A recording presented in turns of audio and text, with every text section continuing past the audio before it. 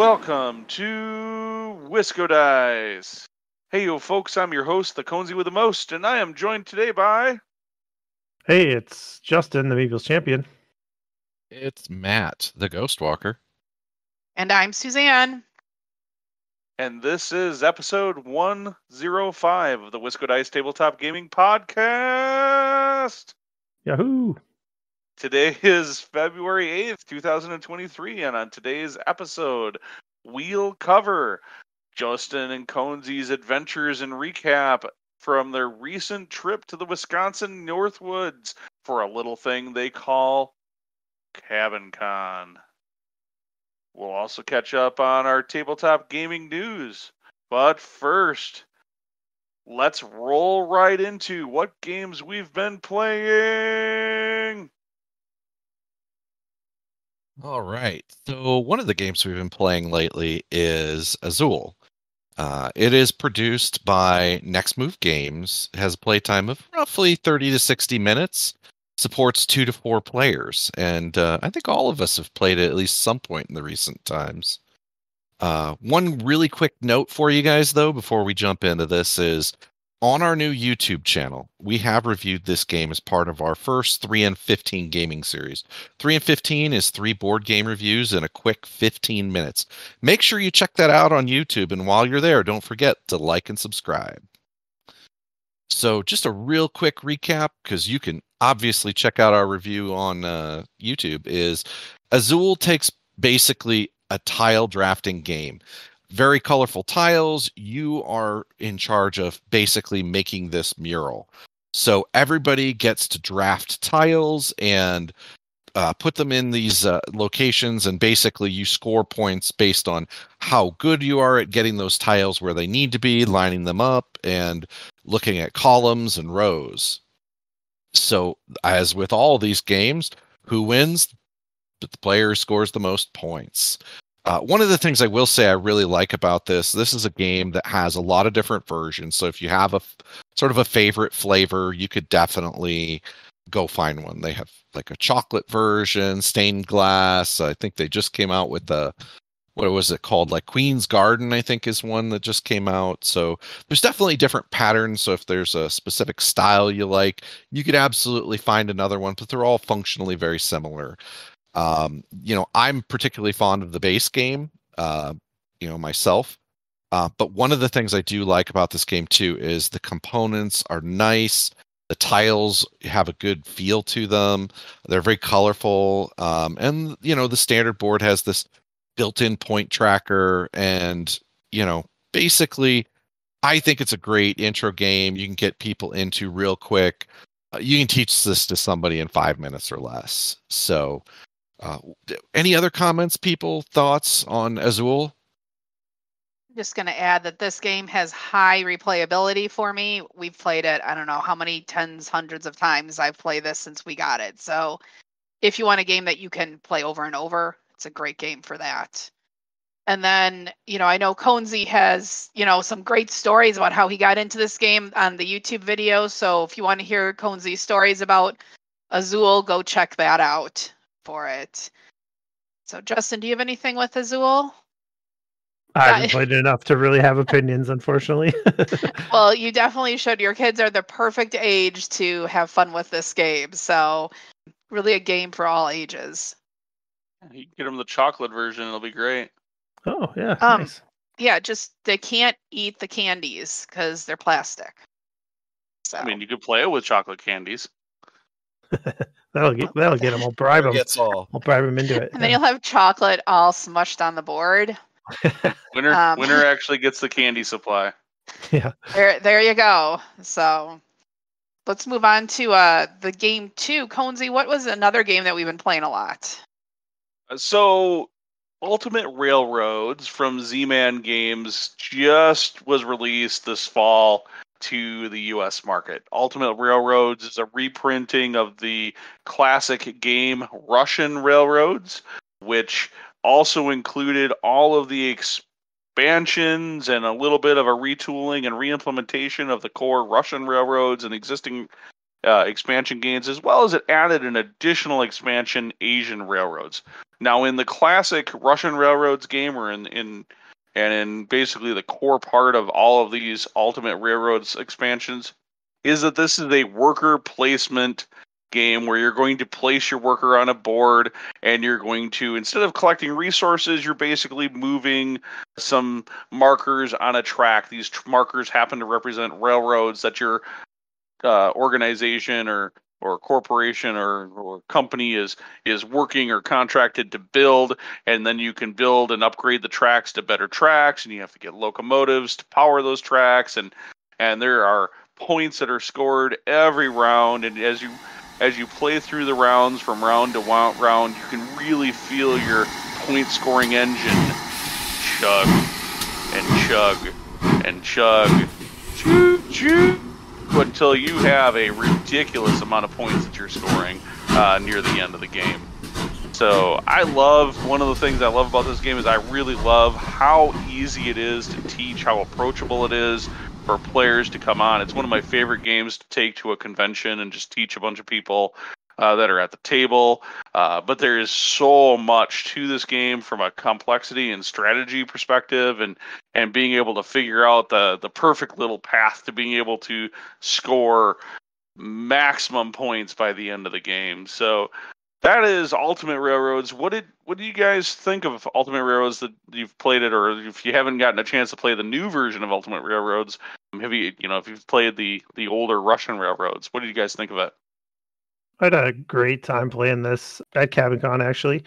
I think it is worth mentioning that we played with a friend of ours, Ian, and Ian racked up like nearly, what do you know his actual score? It was close to 600, I feel like. It's like 500 and some odd points, but that game was base Russian Railroads with the shared factory board, and somehow, he just unlocked that shared factory board in a way that was absolutely brilliant. It may have helped that he's played, I think, a game on it and with the shared factory board, although I think he was playing Asian Railroads with you at that time.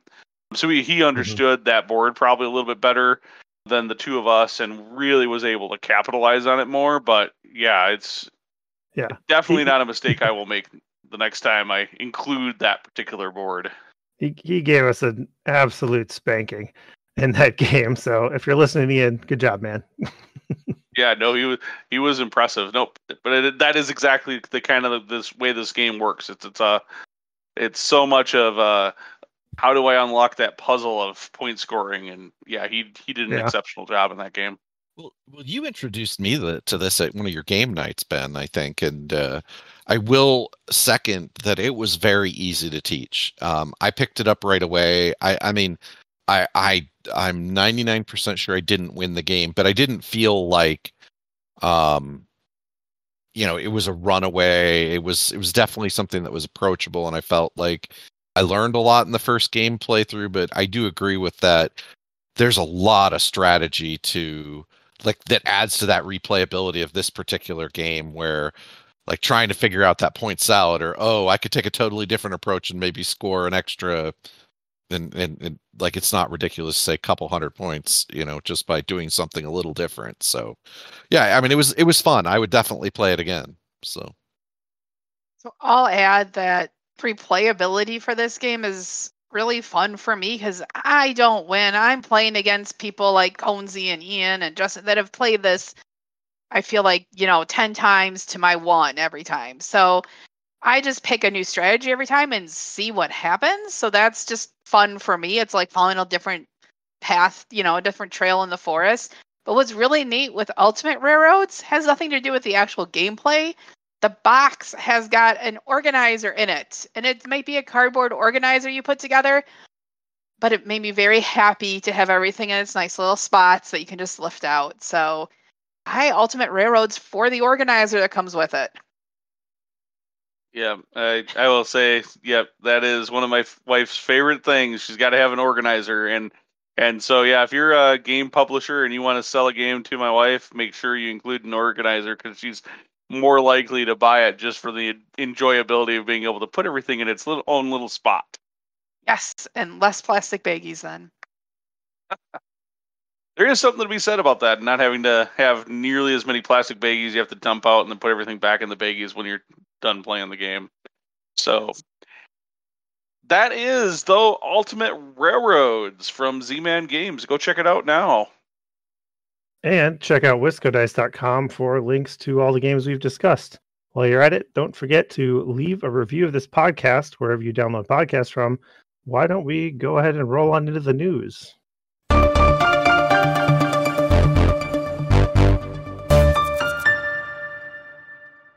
All right, Wisco Dice News is what everyone's coming to the podcast for, I'm sure.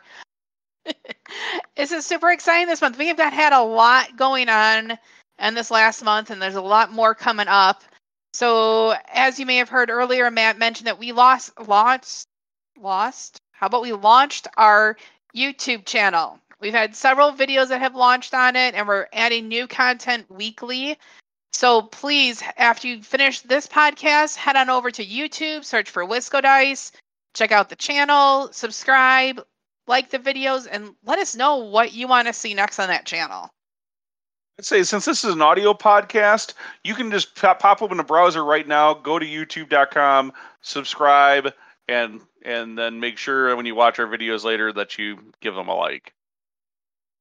Very true. I suppose you can multitask if you want. Another things we want to remind you of, the next Wisco Dice board game night at Misty Mountain Games will be on February 24th. We've seen some pretty steady growth on this. It's been great to see some new people and new faces and repeats. It's great to meet these new people, see them come back. So games typically start at 6 p.m. and we do welcome all comers. So if you're a very experienced gamer and you're looking to get in a super crunchy game, there will probably be somebody there to handle something like that. If you're relatively new and you just want to try out something new, give it a shot. Stop out at Misty Mountain Games. So you can either play a game from the Wisco Dice Tabletop Gaming Library or bring your own. We'd love to see you there either way. In other news, Gen Con badges are for sale now. You should expect to see some members of the Wisco Dice Tabletop Gaming Podcast at Gen Con. We would love to meet some of you, and we will have some swag to give out, some sweet merch. Feel free to catch us at the show and say hello. We would love to meet you. Get your badges, get your hotels booked, and get into Gen Con. We want to meet you and play games with you if we can. In the meantime, if Gen Con is too far out for you, we've got Adepticon coming right around the corner at March 22nd through the 26th. 22nd through the 26th.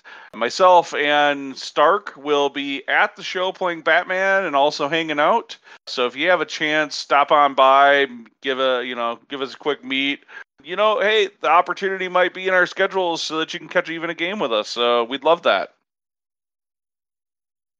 Moving on, we've got a couple crowdfunding projects to talk about today. But first, I'll say that Kickstart Monday is back. Go ahead and check out our blog every Monday to read about new and different Kickstarting projects that have caught our eye that week. But for the news today, I want to talk about a game that's on GameFound, which is called Stratera.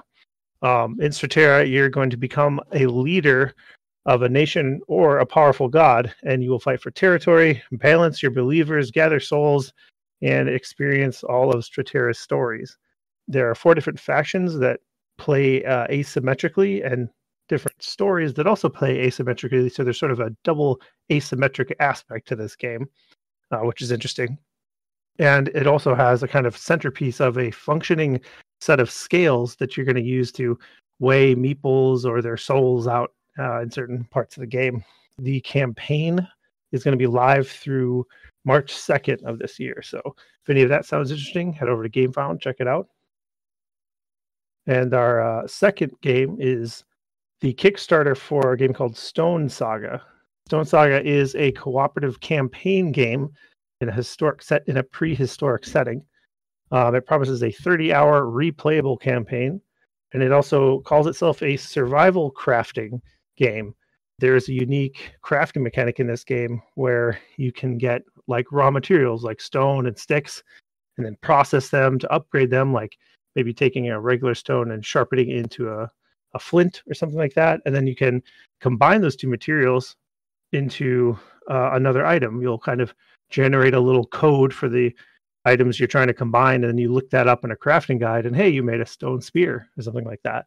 So it sounds like there's kind of a exploratory aspect to the crafting like you might find in some video games. So that's kind of cool. I like that idea. It has a hex tile exploration system, and I'll also say that the design and art really stand out for this game. It looks beautiful. So I'm going to be keeping my eye on it.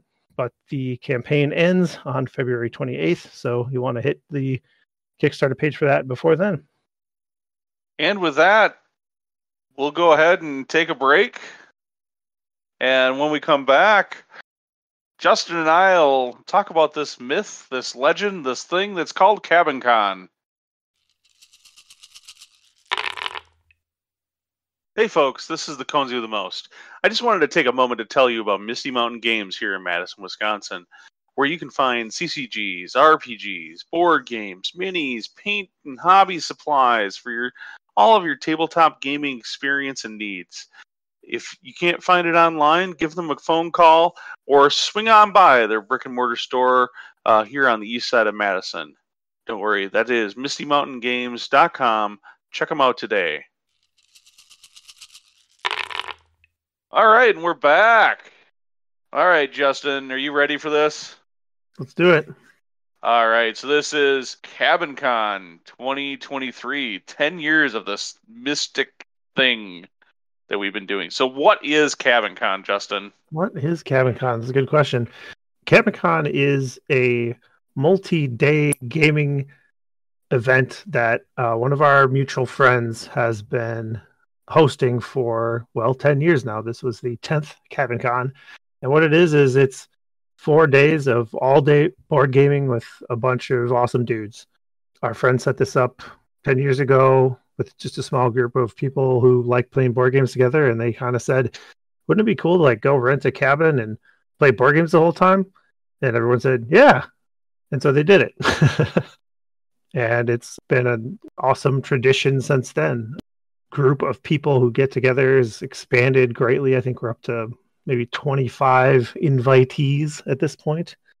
And it's just a really special annual event that we've been going to where we just get to have a powerhouse weekend of board gaming. Yeah, I think that covers most of it. Yeah, no, I've seen a lot of other board game groups organize or do very similar things or even call this CabinCon. So I don't know if part of the inspiration maybe back in the day was somebody heard somebody else talking about this on a podcast somewhere.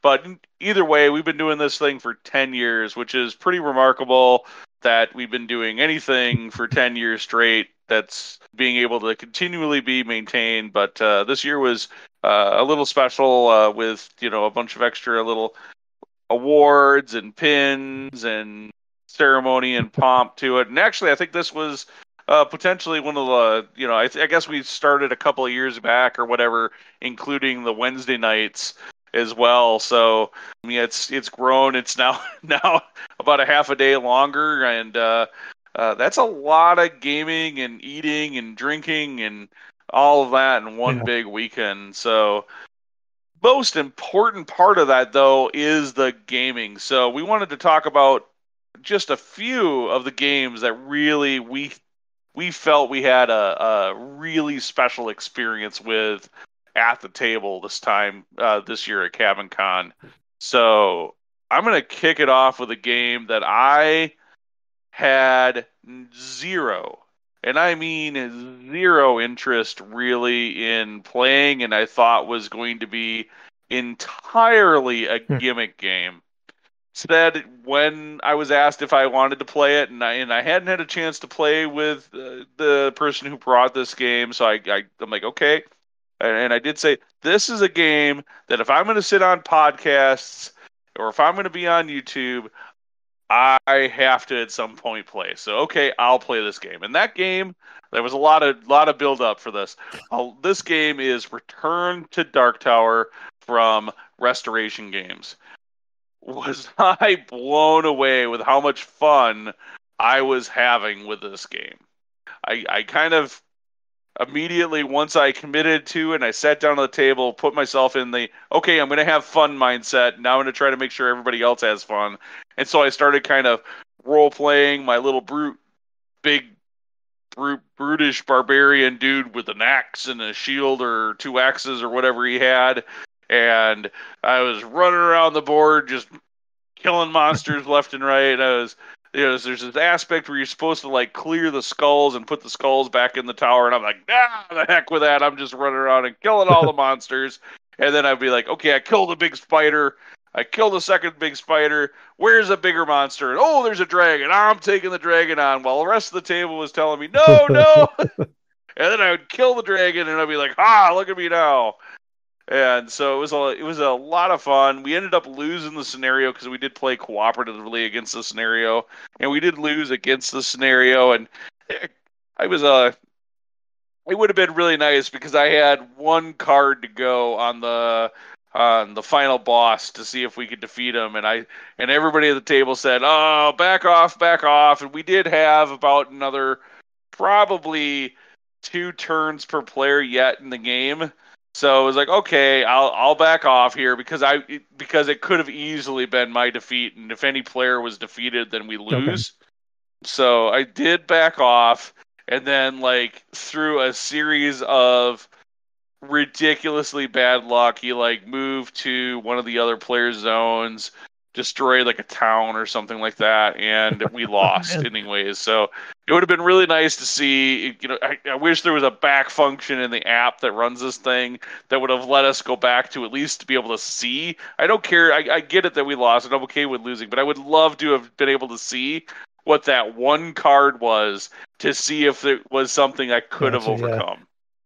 But that was Return to Dark Tower from Restoration Games, and I gotta say, like, my attitude has totally changed, and I want to just go play this game again. Like, I was seriously after we got back looking for copies of this and seeing if I could find a copy, not only a copy of the game, like with the full Kickstarter bling, but he had the special mat, the replacement for the game board that was really nice and high quality, and I thought looked really sharp on the table. So yeah, obviously I've got a little jazzed. I'm a little jazzed up for this one. It was really a lot of fun. I really was not expecting that. Yeah, that's the one that has that like foot tall electronic tower that somehow interacts with the app, right? Yep. So the app is talking to the tower all the time, and it's making noises and whatnot. And then at the end of every turn, you have to drop a skull in it. And sometimes it'll spit a skull out. Sometimes it'll spit lots of skulls out. Sometimes it'll decide that it just wants to go for a spin. Sometimes you're pulling doors off of it. It's just all sorts of, like, you definitely are interacting with the Dark Tower all of the time during the game, and it's always like, that moment you're going to put that skull into it. When you're ending your turn, you're like, okay, please not be anything too terrible. Okay, woof. Not at the end of my turn. Okay, thank goodness. Yeah, that sounds really cool. You can go be terrible at the end of somebody else's turn. That sounds cool. That really sounds cool. Well, so my first game is Anachrony. Anachrony is one of my favorite worker placement games, and it was extra special because I finished painting all the miniatures for each of the 4 player factions in the game, and I got to play with my awesome painted minis. Yeah, those look cool. Like I didn't think people didn't realize that you actually painted them until I think maybe it got kind of brought up a little bit. They kind of thought that they had came that way. So yeah, it looked awesome. Thank you. Yeah, dude. I put a lot into them, and I am happy with the way they turned out. But at the same time, I learned some lessons painting them. I realized at some point that I had essentially just destroyed the bristles on 2 or 3 of my main brushes that I use. And so there's just some real sloppiness on some of them that might not be evident to your quick glance. But to me, I know that it's not great. And then when I got a new brush to use, they started to clean up really nicely. So maybe like the first 2 or so have some really sloppy painting in some areas because I just didn't realize my brushes were destroyed. So, still learning process, the whole painting thing. But it was really fun. I'm glad I got them painted. And Anachrony is just a really cool game. It's a worker placement game with a time traveling aspect where you get to ask for resources from the future, from your future self.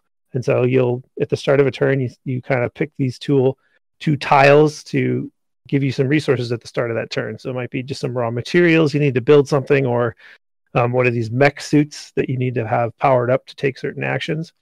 So you get those from yourself for the future, but then later in the game, you have to travel back in time and pay those back, like exactly the resources you got on the prior turn. In a future turn, you might be having to pay that back. Yeah, I taught that to 3 other guys and had a great time playing it.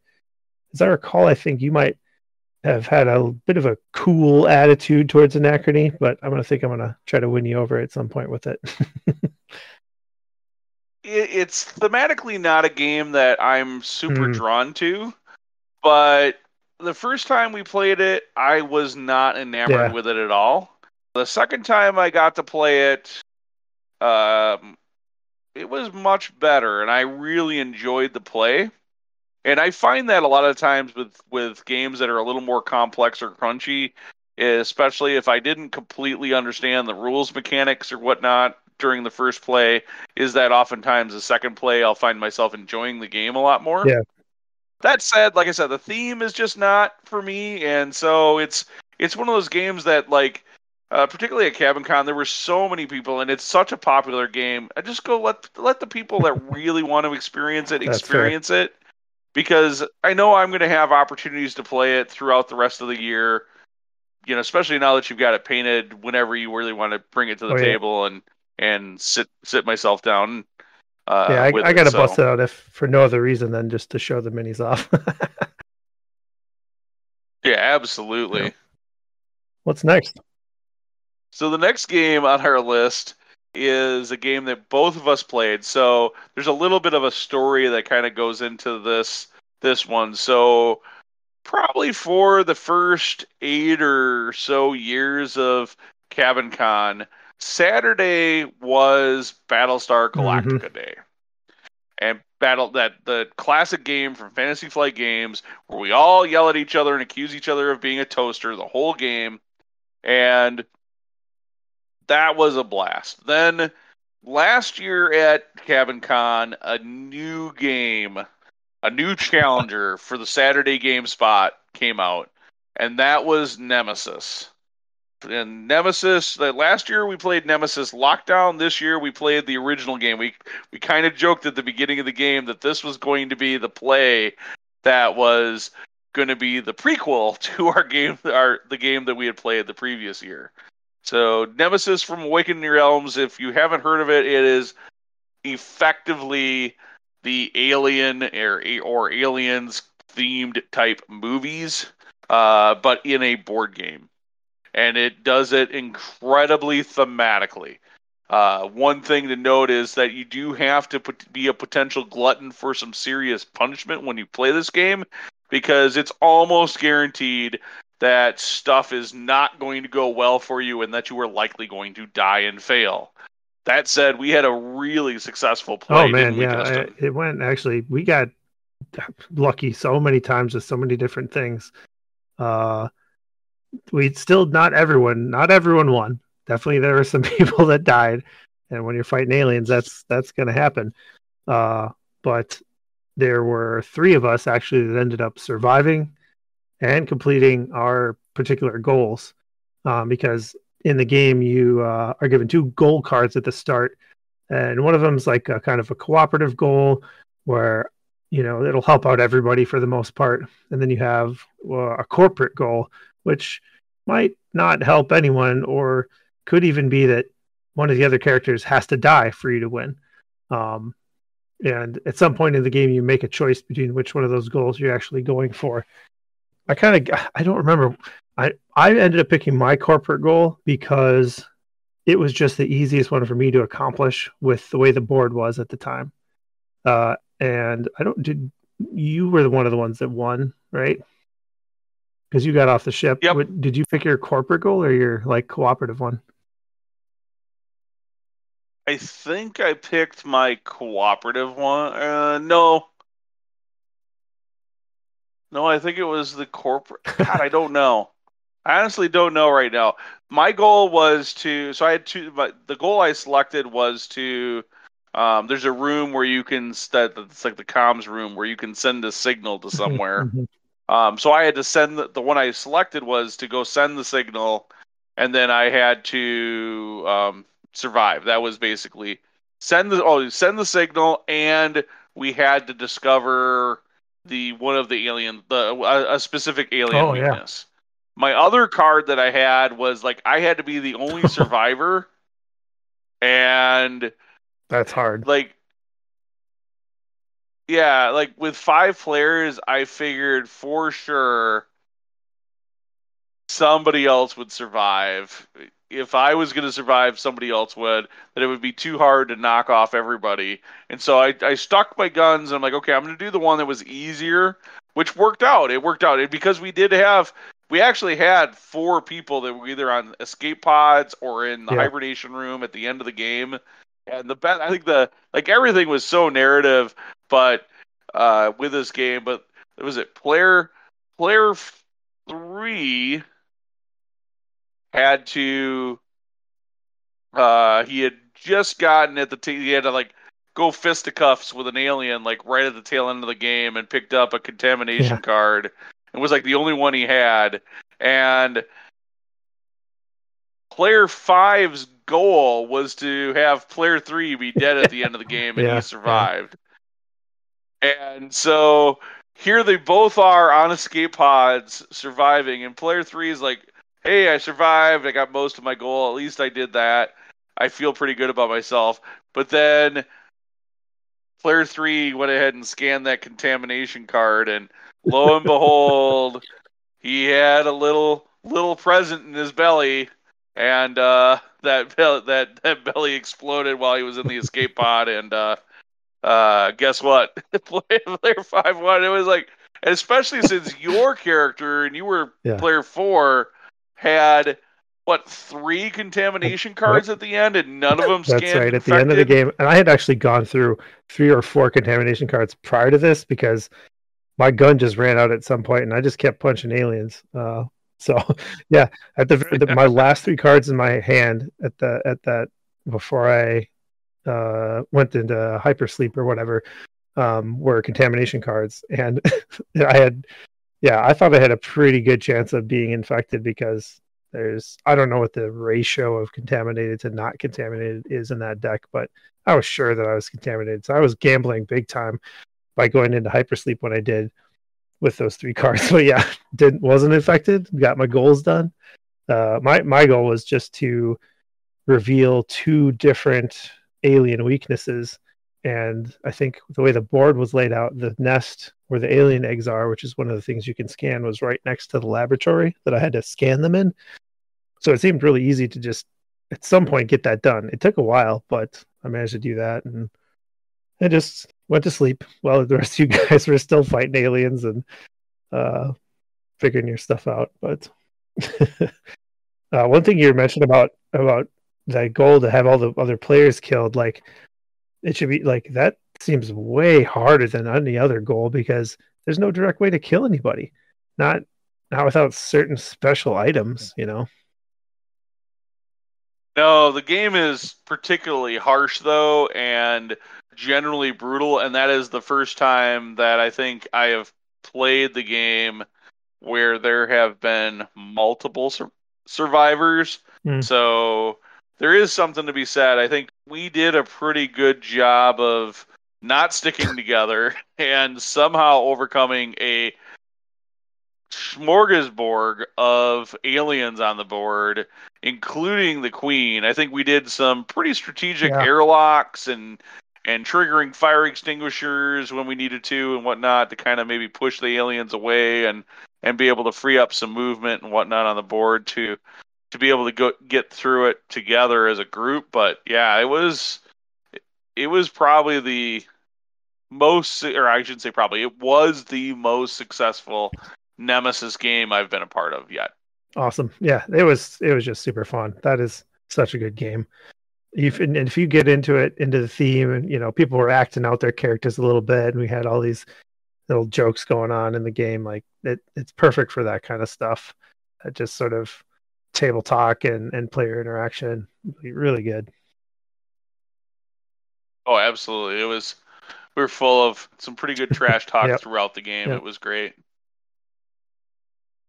So what else you got? What else stood out for you during this amazing weekend? So I got another game in that I was really excited to play, and that was Heat: Pedal to the Metal from Days of Yeah. Wonder. This game is, I think it's definitely in the like hotness radar right now of board games that are out there. But it was, it's a racing game, but it's not overtly complicated, and it let you feel like you were, making really good decisions by basically taking a hand of cards and making the best decisions you could out of the numbers that you had to be able to go as fast as possible around this track while delaying spending your heat, because heat, you have so much heat, and after that, heat basically was these heat cards are basically a mechanic that allows you to potentially push yourself a little further, or to, like if you're taking a corner, you can spend them to be able to go further in a corner that you wouldn't normally be able to go that fast around without spinning out. So there's a lot of things, like it's just a lot of little mechanics like that it's not overly complicated at all, and everybody's playing pretty simultaneous, so the game plays pretty quick and feels like, yeah, it's really focused on, competitive racing action. So I had an absolute blast. Did you get a chance to play Not that Heat? weekend, but I had played it before then. I will echo everything you said. It's a super fun game. I am keeping my eye out for a copy of it because it's really unique. I think like it's there's other racing games, but I think this one does it particularly well.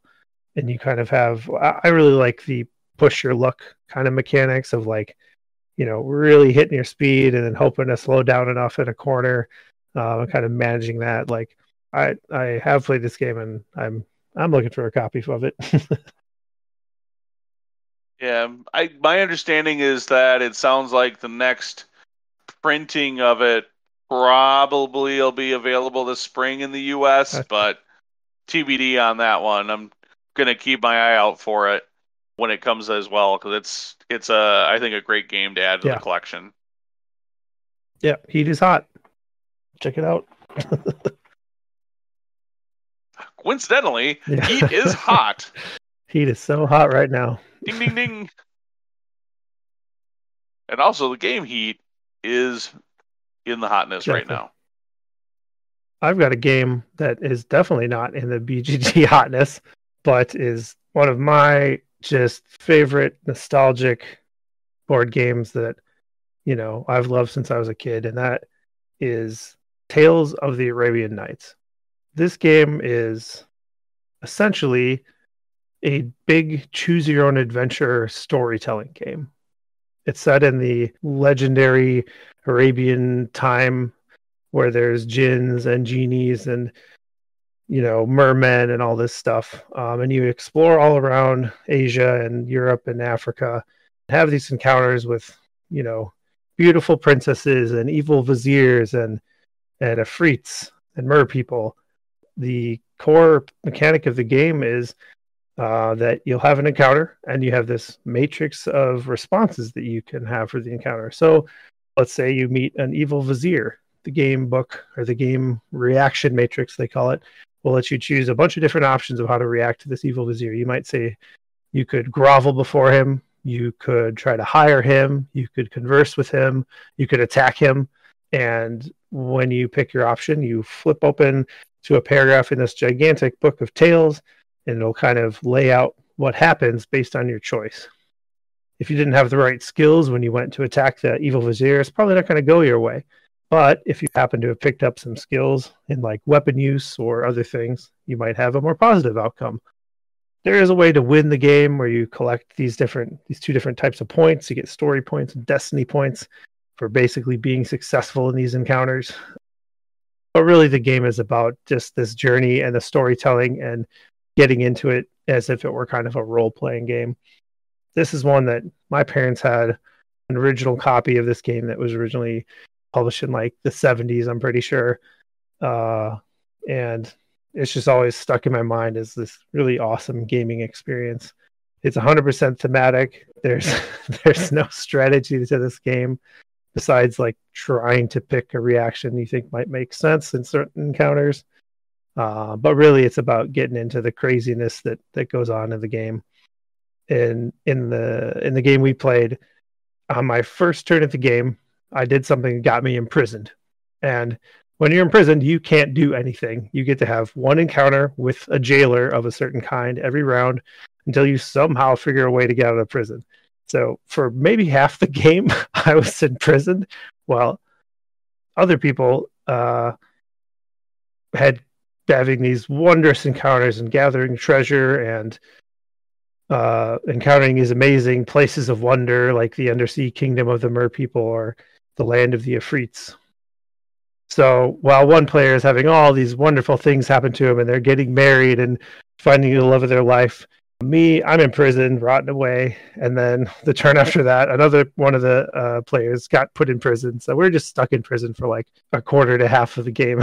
And other people are having these wondrous adventures, So that's just sort of part of the game, though. It's a little bit, I mean, as much as it's not like Nemesis, it is in that bad stuff's going to happen to you. And that's part of the game.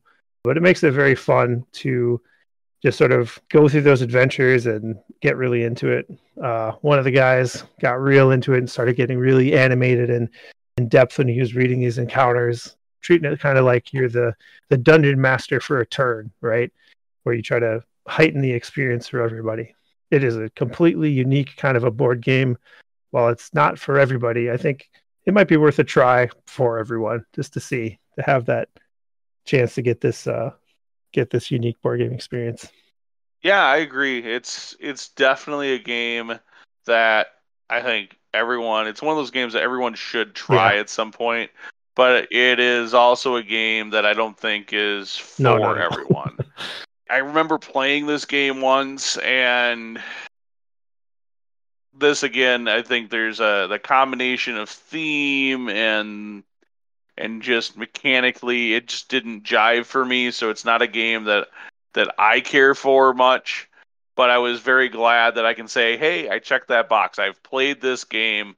Now, if there was a fantasy dungeoneering version of it out there, I'd probably be all over it. I probably think that would be the greatest thing since sliced bread. But just sometimes it's kind of amazing how a theme to a game can really, particularly, I should say it's not even a surprise. This game is all about its theme and all about the story that you're telling. And if you're not into that piece of it, it can be a real hard game to fully appreciate and enjoy. Yep, and enjoy. Agreed. Yeah. But again, if you get the chance, try it out. Absolutely. Definitely give it a try. I mean, I think nowadays the version that we have of it is like Gloomhaven maybe, which is a little more mechanical and less storytelling, but there's definitely story and adventure and going to all these places. It's not competitive, but I think that might be the closest thing. I need a bunch of voice acting and whatever to go with it, and then I could just have like an app that would just select these things, and then it would play. Like it'd be like kind of like that. Maybe some game components, board or whatever you could have to go with it. In the day and age of app-based games, this game I think would be ripe for an app to really kick it up for a version 2.0. Yeah, that's a good point. One of the other things that we have that's a tradition with CabinCon, which is everybody chipping in on food. So we have some amazing food that we get to eat, and sometimes some not so amazing food, depending on how motivated we all are. Justin, I'm just kind of curious. What was your favorite food that you got to eat this past weekend? Let's see. Okay, I've got two. I mean, it was a smorgasbord of junk food. There's just chips and candy, all over the place. But I definitely appreciate everyone putting effort into cooking these meals. But for me, there's two. I very much enjoyed your smoked spicy sausage. That was delicious. And then, honestly, just the tacos, because I think I get kind of vegetable starved during this weekend. Vegetables are not exactly a popular thing for people to bring on this particular event. The tacos we had, there was guac, there was cheese, there's sour cream, there's tomatoes and lettuce, and it just tasted amazing after mostly protein oriented meals. Oh yeah, we kick it off Wednesday night with Cone's barbecue meat-tacular. So there was, I had pulled pork, the spicy sausages you mentioned, what they're called shotgun shells, basically sausage stuffed manicotti shells wrapped in bacon and smoked, and chicken wings. Like, here's a bunch of meat, and oh yeah, I'm gonna top it off with some carbs, and just for good measure, here's some beans. So I imagine that kicked off everybody's digestive system real well for the weekend. Followed up by, I think there was like more meat served the next day, like another crock pot of pulled pork, and then just meat with chips and candy and junk food. And there, the Twizzlers. You got to have the required CabinCon Twizzlers and the peanut butter M&Ms, which I know I'm not sure if they fully survived through Saturday, but there was at least 2 big bags of them this year, so that was good. And most importantly, a bag of Funyuns showed up, because no gamer function in my mind is complete without Funyuns. But no, as far as food, man, I really enjoyed the Italian pasta on that Don put together. That night was really good. Nothing was bad, honestly. I mean, we had chili, we had vegetarian chili, we had curry. I mean, everything was great, and the people who are cooking the stuff are super generous for putting their time in and getting all the ingredients and everything. But I so appreciate that there was not the spicy curry available this year. Oh man, I had a big plate of curry last year, and I was all excited about it, and I took like a couple of bites, and I'm like, oh my god, I don't think I can eat this, man. And I don't want Dan to think I don't like his food, because it's really good, but holy cow. But I managed to eat the whole thing and not throw it out. But holy fire in mouth it was. And I'm not I don't have a big tolerance for heat, but yeah, so no, it's all of these things. It really is a group effort to put on for the food, and then the renting out the facilities. So whether it's just a group of 5 or 10 of you, or if it's a group of 20 plus like we are, although sleeping arrangements and finding a place that can sleep 20 with actual beds is a bit of a challenge. But whatever the size is, if you're going to put this on, get everybody together, coordinate it. Like the best part of it is, like, I can't think of another event I go to or another convention I go to that I can do so affordably. The whole event, the whole weekend was probably, by the time I was done with taking up any beverages or whatnot that I had to pay, that I paid for, was probably $300, and that includes all of your meals, all of your food, all your beverages. When you all chip in and rent out one of these things on an Airbnb, and then have a little kitty of cash, extra cash that everybody's paying in to pay for general food and other supplies, like, it really becomes super affordable. We talked about Gen Con and Adepticon earlier on the show, and Gen Con, I easily will drop $2,000, $3,000, $4,000 at the show between food and hotel. I mean, hotel for Suzanne and I that's like $1,200 right there. And then for the week for Gen Con, and throw in the carload of games we'll end up hauling home, there's another grand. Well, I mean, yeah, Gen Con's got the shopping aspect, but this is just straight up playing games. I mean, that's the glory that is CabinCon. Is just, it's nonstop board games for 3 full days. Yeah, just play games. Just play games, have fun, obey the rules. There's only 2. I think that wraps it up for an episode. So we talked about CabinCon a lot. Like, it is the weekend, and like I said, we recommend anybody that is inspired by this to go run your own in your own neck of the woods. And, well, don't forget us. Send us an invite. Maybe we'll show up. And then there is We touched back on the news, and that included some cool crowdfunding projects, Stratera and Stone Saga, and of course we also talked about the games we were playing.